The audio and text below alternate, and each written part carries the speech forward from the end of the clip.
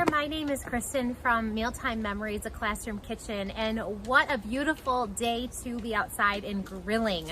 Today we're gonna go over 10 of my top 10 grilling tips, and we're gonna also be grilling up 2 recipes, something a little bit not as traditional as burgers and hot dogs. We're gonna be doing a deconstructed shish kebab and grilled pineapple. So let's get started with the top 10 tips so that we can get our food on the grill as well. So first of all, the very first thing you need to do is let your grill warm up. I'm primarily going to be talking about gas grilling because that's what I have at my disposal, but I also will throw in some charcoal grilling tips as well. So first of all, we need to let our grill warm up. All grilling gurus agree that a preheated grill gives the best results. It sears your food on contact, it helps prevent flare-ups, and it's just good practice. We preheat our oven, we preheat pans on the stovetop. Why are we not preheating our grill? So if you were to use a gas grill, you do need to let it preheat for about 10 to 15 minutes. If you are preheating a charcoal grill, that takes about 25 to 30 minutes depending on how long it takes your briquettes to turn to ash, because that's when you start actually grilling your food over the top of that heat. So to preheat your grill, your gas grill, what you're gonna need to do is you're gonna open up your lid. You are going to turn on one of your burners, hit your igniter switch, wait for that flame to come on, turn on your other 1 or 2 burners, and then close your lid. At that point, keep it closed. You want it nice and hot for your food to come in contact with it. Now let's talk recipe temperatures. So if your recipe calls for high heat, you're gonna want to preheat it hot, okay, on any recipe. But then from there, you're gonna be turning down your temperature depending on what your recipe is asking you to do. If you want high heat on your recipe, it's gonna be about 450 degrees. If you're shooting for medium high, it's about 400 degrees. Medium is about 350, which makes total sense because that's actually usually the average of what we oven bake at. If you want medium low, it's about 300, and if you're going for low heat, it's about 250. So if you notice, we have about 50-degree increments depending on the setting of your grill. Now, a lot of grills have a gauge on the front to tell you the temperature, but if you do not have that, I would recommend investing in like a thermostat probe, a thermometer probe, so you know what the temperature is inside of your grill, so that you're not charring your food or you're not undercooking your food either. All right, so my grill is preheating. I actually started preheating it a little bit before I jumped on today with you guys. The next thing we need to do, and now that it's getting warm, my grill, it says it's about 400 degrees, we need to clean our grates, okay? And so you can use whatever you use normally to clean your grates. I prefer a wooden grill scraper. I like wooden grill scrapers because they don't leave any metal bristles sitting on my grill grates, okay? And those metal bristles can get into your food, into your esophagus, and we do not want you making an ER visit. So instead, I like to use a wooden grill scraper. They also last a lot longer. If you guys look at this, I still have a lot of grill scraper to go, and this guy's about 3 years old, and we grill a lot, especially in the summertime.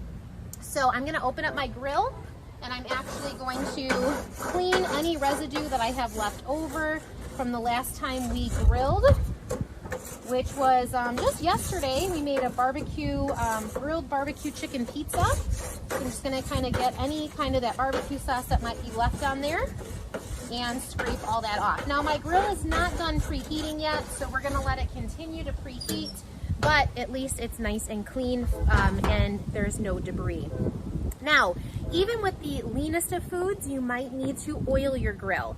Today, we are not going to oil the grill for the 2 recipes we're making, but if you were standardly making chicken, pork, steak, burgers, things that are coming in direct contact with your grill grates, you would need to oil your grill. Do not spray your grill with a aerosol can while it's lit. You don't even want to spray it ahead of time before you preheat it because it'll just burn off. So the best way to oil your grill is to grab a paper towel and soak it with a little bit of vegetable or canola oil. Using your grill tongs, you'll hold that paper towel in between your grill tongs and you'll rub it on your grill grates after it is preheated, okay? So like I said, sometimes even the leanest food sticks to the cleanest of grates, so definitely oil your grill.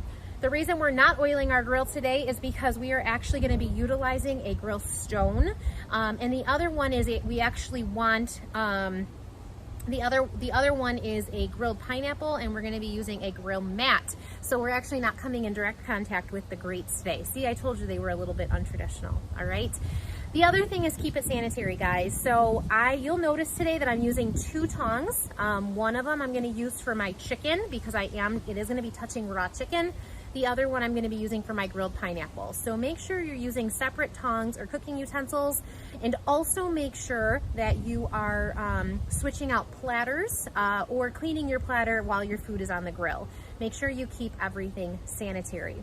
Going back to those grilling tools, things like the grill scraper, tongs, things like that, you don't want to leave them hanging outside in the elements. It's totally fine to hang them while your grill is in use, but always bring those guys inside and store those inside. You don't want them to get mold, mildew, rust, anything like that. Especially wooden grill scrapers, you cannot leave those outside because they will just fall apart on you after being left outside too long. It is wood, it would rot. All right, so you want to make sure that gets put inside as well.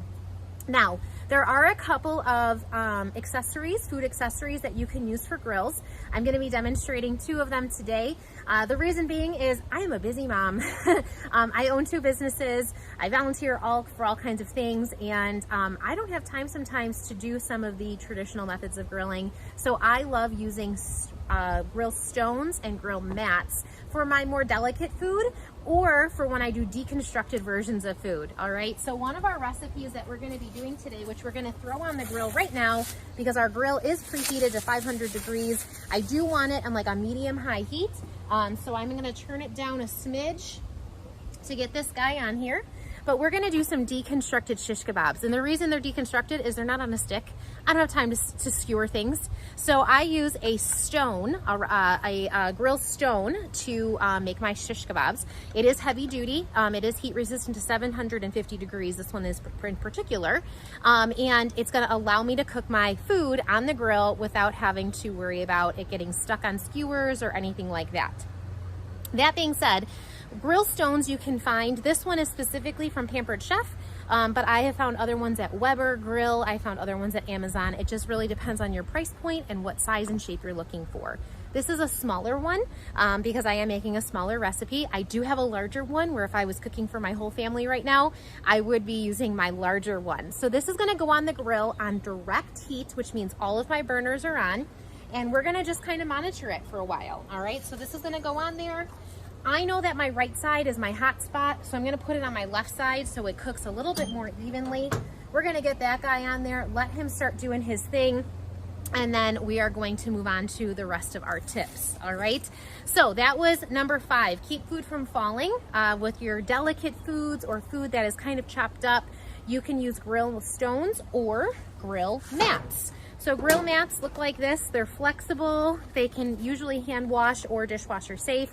It has the holes in here because I can add actually like a metal rack to help me carry it.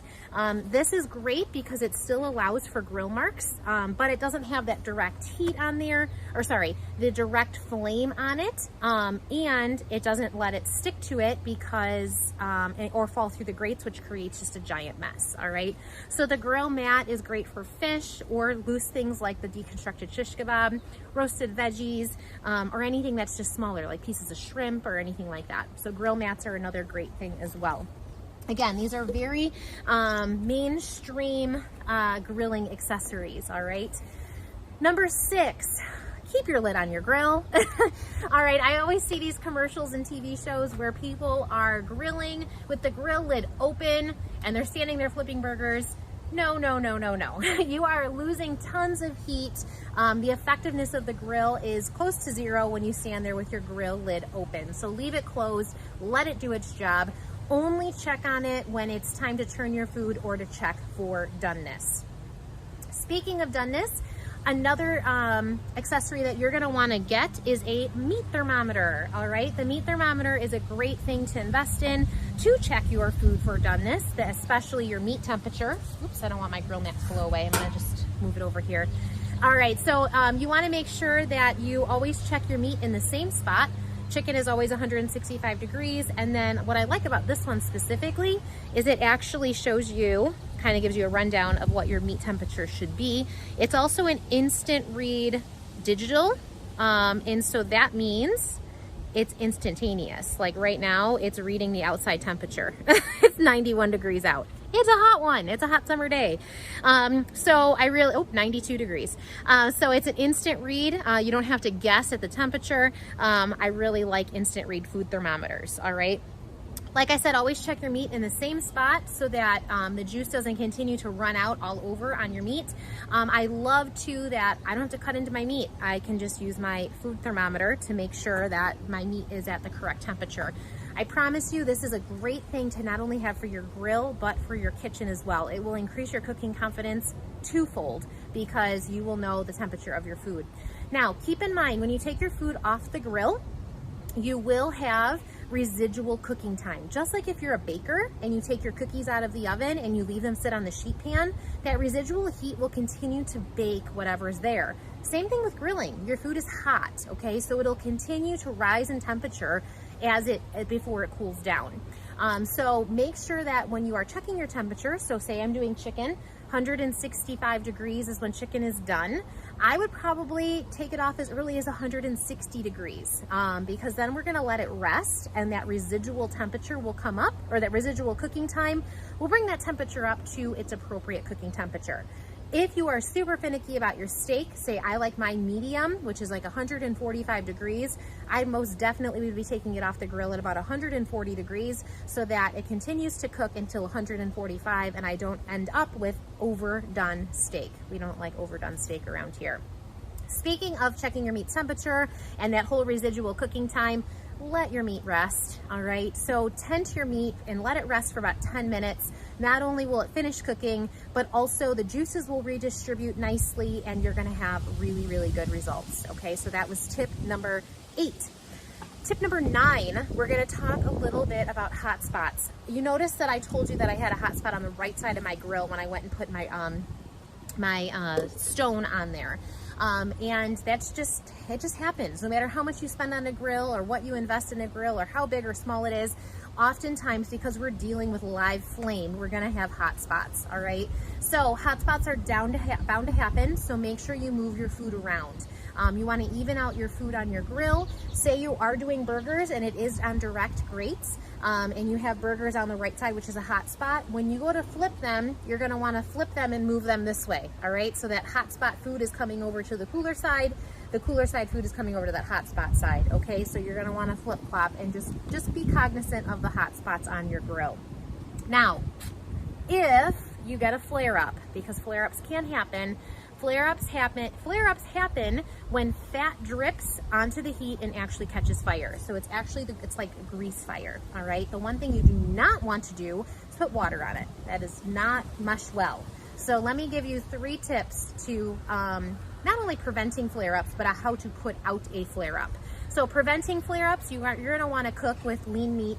You're gonna wanna trim off excess fat or poultry skin. And you can reduce flare-ups by cooking with stones or grill mats, okay? Because that fat is never reaching the flames. If you can't do that, all right? So my flare-ups have mostly happened when I cook fatty sausages, like Italian sausage or bratwurst, all right? So that you can't trim, that it's not very lean, and cooking on a grill mat or stone just doesn't have the same effect as that flame grilled flavor and taste that you need on those sausages. So I have had a flare-up happen before. What you're gonna do immediately is you're going to turn off the heat. So you're gonna come over here and turn off all your burners. Once your burners are turned off, if it is safe to remove the food from that flare-up, you will remove your food from your flare-up and you'll just move it out of the way so that fat doesn't continue to drip over that fire and fuel that fire, okay? The last step is you're gonna close your lid, okay? So first of all, flare-ups happening, turn your gas off, okay? Second, remove the food from the flame if it's safe. Third, close your lid. No oxygen, no fire, okay? And most of the time it'll burn out. If it does not burn out, you're gonna either use a kitchen fire extinguisher, which is kind of detrimental to the whole grilling process and is a big mess. So what I like to do is actually run to my pantry, grab some baking soda, and throw it over the top of that fire once those other 3 steps are already done. That'll squelch the fire, suffocate it, and you'll close the lid, and then it should go out for you, okay? But never spray it with a hose, never try to put out a grease fire with water, okay? So let's do a quick rundown. We have let our grill warm up, right? We have cleaning our grill grates, oiling your grill, keep everything sanitary, use different cooking utensils and different platters. You can keep food from falling by investing in stones or grill mats. Make sure you leave your lid on. Don't open and close it a million times because you will lose a significant amount of heat every time you open that lid. You are gonna wanna make sure you check your meat's temperature. You're gonna want let your meat rest. You're going to even out your food and watch for hot spots, and you are going to keep an eye for flare-ups. And if you have a flare-up, you can follow those 3 steps. Gas off, remove food, close the lid. If that does not help, baking soda or kitchen fire extinguisher, okay? Let's take a peek at our deconstructed shish kebabs because they have been on the grill for a little bit of time now. So we'll open these guys up. Deconstructed shish kebabs are in your packet. I chose to make a Greek chicken shish kebab today. So I have some chicken, I have some peppers, I have some onions. I seasoned it with olive oil, salt and pepper, and some Greek rub. So I'm gonna take my tongs here. Oh, this is kind of hard to see because for whatever reason, being outside, I end up getting like a halo effect. So what I'm gonna do here is I'm just gonna kind of flip this around on here and let this continue cooking. Oh, looks so, so good. Our chicken is getting kind of crispy because that stone is just so hot. Oh my gosh, this looks so yummy and so colorful. And then I like to serve this right alongside like a baked potato or mashed potatoes or roasted potatoes from inside.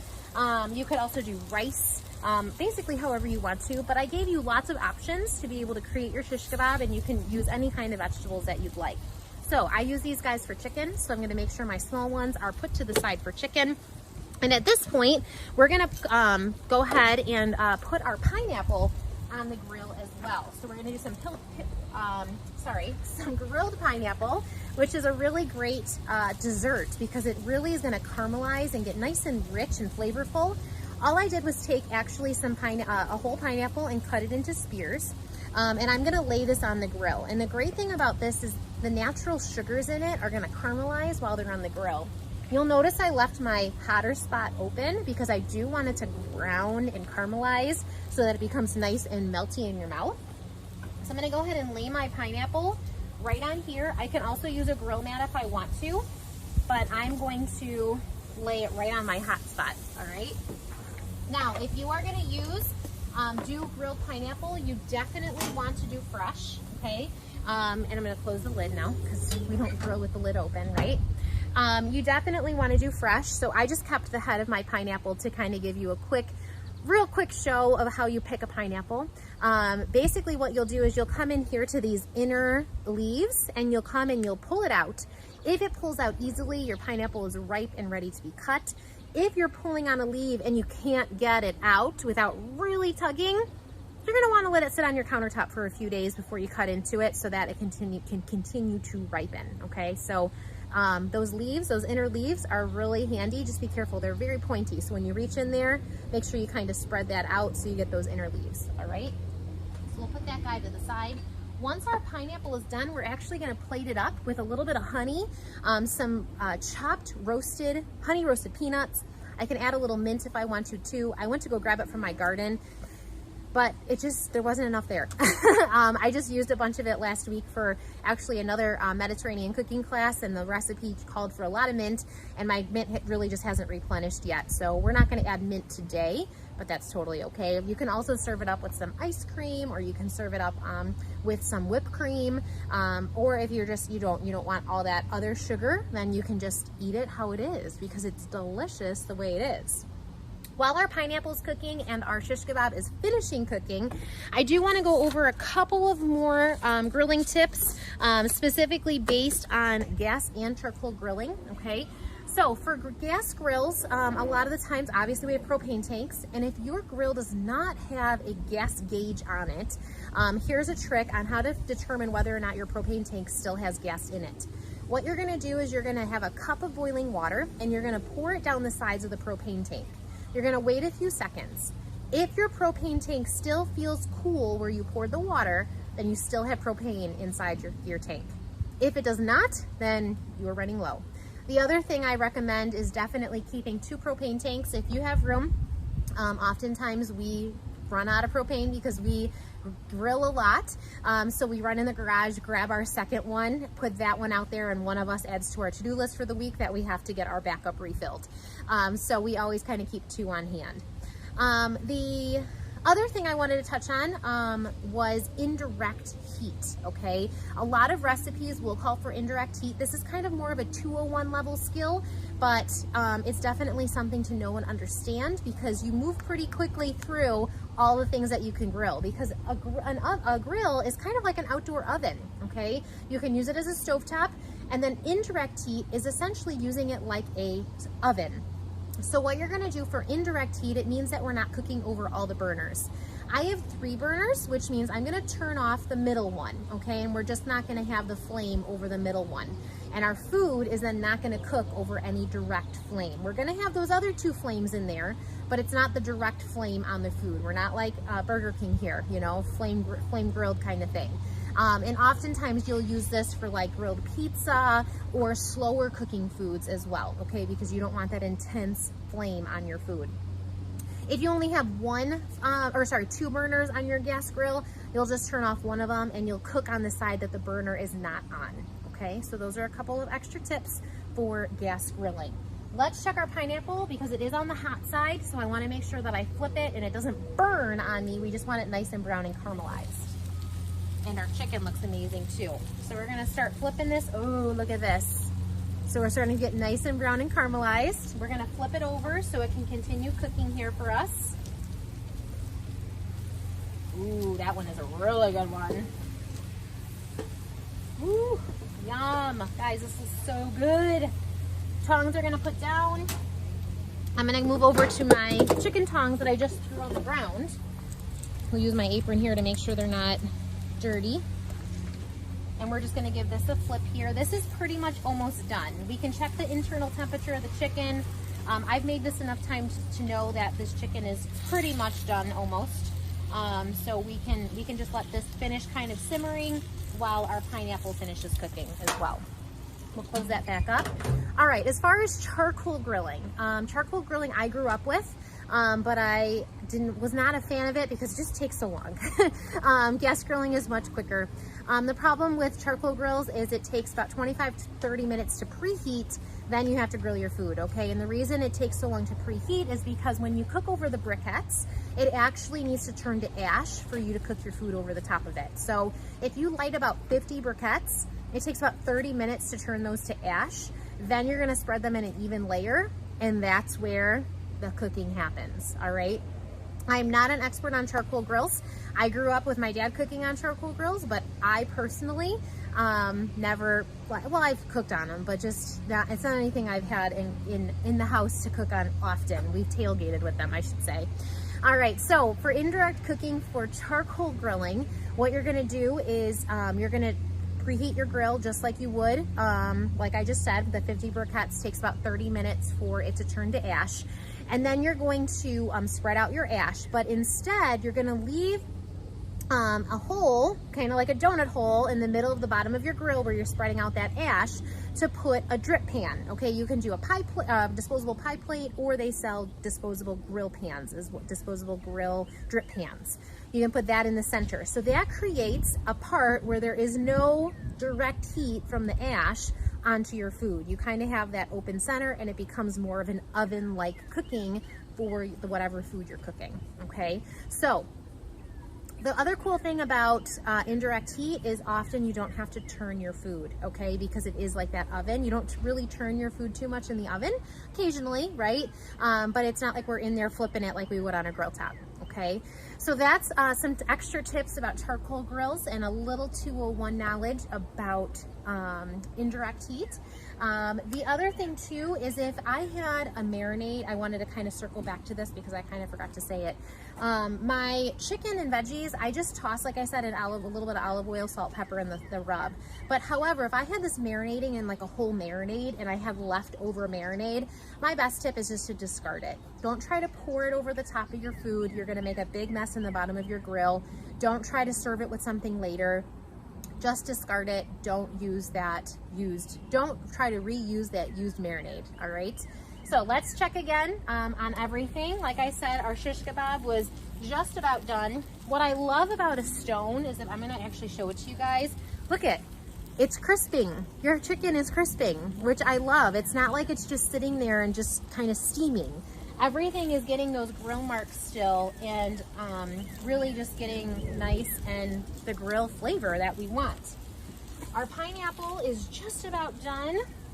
It's gonna turn kind of like a bright yellow, kind of like a corn on the cob does when it's cooking as well. So we're gonna take that off the grill here. We're gonna turn off our heat because everything is done cooking. We'll leave that sit there because it's super hot to move. We're gonna take some honey and we are gonna drizzle it right over the top of our pineapple. Yum! And then we're gonna take our chopped honey roasted peanuts. You can also do pistachio, you can do regular peanuts. I like the honey roasted because it adds honey and sugar to it. It doesn't feel too simple, right? So there you guys have it. We have grilled pineapple, we have deconstructed shish kebabs. I don't know if you can ask for a better meal. This is so fresh and yummy and just uses all of our cooking skills on how to do on how to grill, just basic grilling. Remember, my name is Kristyn with Mealtime Memories, a classroom kitchen. You can find me on Facebook at Mealtime Memories Family Health Coach, or you can visit my website at makingmealtimememories.com. Feel free to reach out with any of your food pictures or food questions. I'm always happy to talk food. All right, guys, have a great time grilling, and I will see you next time. Bye.